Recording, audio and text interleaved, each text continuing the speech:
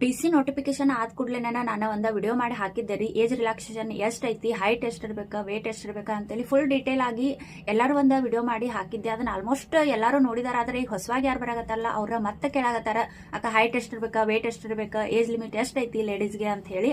ಅದ್ರ ಬಗ್ಗೆ ಇನ್ನೊಮ್ಮೆ ವಿಡಿಯೋ ಮಾಡಿ ಹಾಕ್ಬೇಕಂತ ಹೇಳಿ ಬಂದೀನಿ.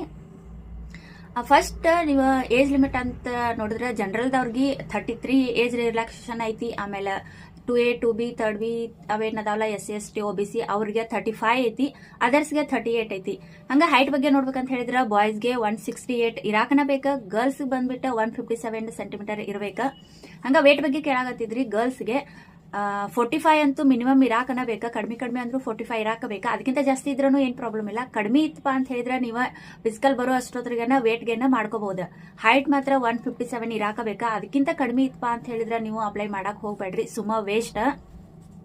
ಹೈಟ್ ಕಡಿಮೆ ಐತಿ ಮತ್ತು ನಮಗೂ ಗೌರ್ಮೆಂಟ್ ಜಾಬ್ ಬೇಕಪ್ಪ ಅಂತ ಹೆಂಗ ನೀವು ಯೋಚನೆ ಮಾಡಕತ್ತಿದ್ರ ಅಂತ ಹೇಳಿದ್ರೆ ಈಗ SDA FDA ಕರೀತಾರಲ್ಲ, ಅದಕ್ಕೆ ನೀವು ಅಪ್ಲೈ ಮಾಡಬಹುದು. ಅದು ಹೈಟ್ ಕಡಿಮೆ ಇದ್ರೂ ನಡಿತೈತಿ. ಫಿಸಿಕಲ್ ಅಂತ ಇರಂಗಿಲ್ಲ SDA FDAಗೆ, ನೀವು ಅದಕ್ಕೆ ಅಪ್ಲೈ ಮಾಡಬಹುದು.